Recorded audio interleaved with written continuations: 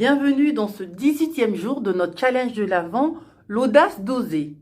Oser parler d'argent. Je suis Marissa, coach, formatrice et CEO de Risa S Consulting. Le thème est lancé. Oser parler d'argent. L'argent, quel thème tabou, quel mot tabou. Combien gagnes-tu? Ça ne se demande pas. Combien de fois l'avons-nous entendu? En fait, je voulais savoir, est-ce qu'on peut un peu parler d'argent? Est-ce que tu peux me dire un peu ta relation à l'argent? On n'aime pas ce genre de questions. On n'aime pas avoir à parler d'argent avec les autres. On n'aime pas avoir à évoquer le thème de l'argent. Et pourtant, aujourd'hui, je vous invite à oser parler d'argent. Évidemment, oser parler d'argent, ça peut se faire tant dans la sphère professionnelle que dans la sphère personnelle.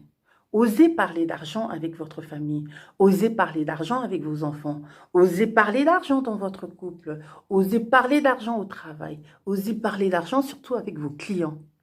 Osez parler d'argent dans ces différentes sphères.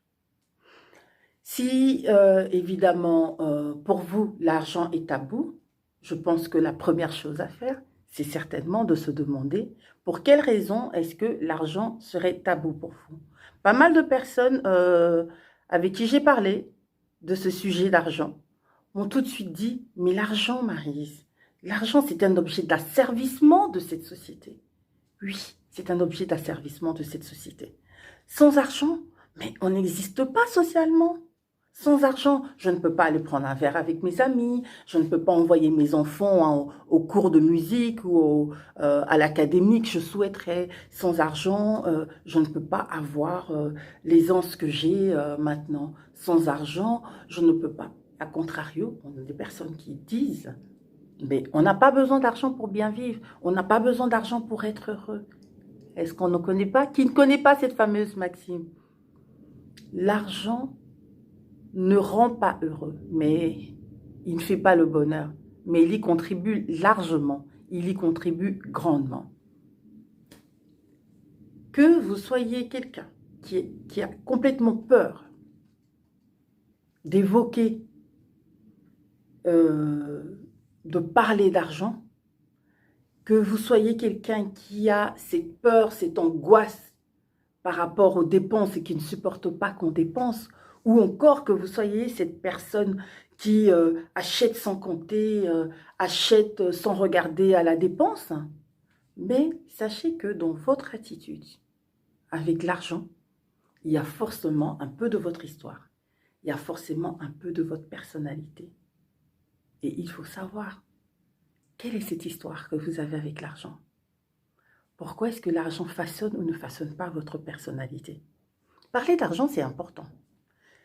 Je me souviens que j'avais été présentée à une amie, j'ai été présentée à une cliente, prenant les bons termes, par une amie. Donc, nous avions une amie commune qui nous a mis en relation, et donc cette personne me contacte et me demande donc un service, un travail. Par rapport au travail demandé, j'évalue, donc je donne un devis du montant que j'attendrai, que j'attends. Et bien, dès qu'elle reçoit le montant, déjà au niveau de mon amie, elle me dit « Oui, mais je crois qu'elle n'a pas trop de moyens, donc il faut essayer de voir un peu. Est-ce qu'il n'y a pas moyen de réduire un peu ce montant ?» Je m'auto-limite, je réduis déjà le montant. Et une fois que je rentre en contact donc, avec cette dame et que je parle avec elle, elle me dit « Non, mais c'est trop cher. » Elle commence à négocier, mais je vous dis, négocier ferme et atrocement. Ça nous donne déjà aller voir un peu... la petite vidéo qu'on a faite avant sur oser négocier, soit dit en passant. Et elle se met tellement à négocier que je perds pied, parce que je ne suis pas habituée, je perds pied. Et en fait, au final, je me dis, mais non, je dois valoriser le travail que je fais. Forcément, ce travail a une valeur et je dois pouvoir parler d'argent. Je ne dois pas être gênée de parler d'argent, surtout quand il s'agit ici de ces sphères professionnelles. Est-ce que cette frilosité, cette pudeur par rapport à l'argent a sa place ici? Non, elle n'a pas sa place ici. Mais c'est un problème que rencontrent pas mal de personnes qui exercent une profession libérale. Comment parler d'argent? Comment insister? Mais pour les autres, c'est aussi comment parler d'argent et comment savoir comment investir, comment savoir où investir. Avec tes amis, vous pouvez parler d'argent. Commencez déjà par évoquer les investissements immobiliers. Commencez à parler de maison, commencez à poser des questions de savoir, ben voilà, par rapport à tel immobilier, voilà, par rapport à telle négociation, comment est-ce que vous y prenez ou voilà. Et là, vous arrivez quand même à parler d'argent dans un domaine bien précis. Parler d'argent et démystifier la relation à l'argent permet d'avoir une relation plus saine, d'être beaucoup plus à l'aise et de ne pas penser que parler d'argent, c'est forcément impoli. Il faut aussi mettre les cadres, il faut aussi savoir mettre les limites, évidemment, en fonction de la personne avec qui on est. Je vous invite, si vous n'avez pas fait cette démarche, je veux dire, d'oser parler d'argent quand c'était nécessaire, d'essayer de commencer à faire ces démarches-là, d'oser parler d'argent. Entraînez-vous, tout n'est qu'entraînement. Et si le problème est si fort, adressez-vous alors à un professionnel. N'hésitez pas parce qu'il y a des personnes qui sont là pour vous aider dans cette démarche-là.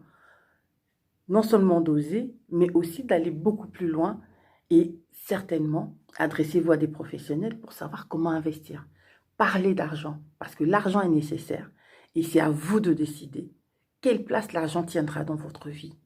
Vous pouvez avoir de l'argent sans être esclave de l'argent. Vous pouvez gagner de l'argent sans pour autant que l'argent soit la seule chose pour vous qui compte sur cette terre. Évidemment, avoir de l'argent parfois nécessitera de faire des compromis. Qui n'en fait pas? Faites des compromis, mais certainement, osez parler d'argent. Je vous disais quand on commençait que nous en étions à notre 18e jour.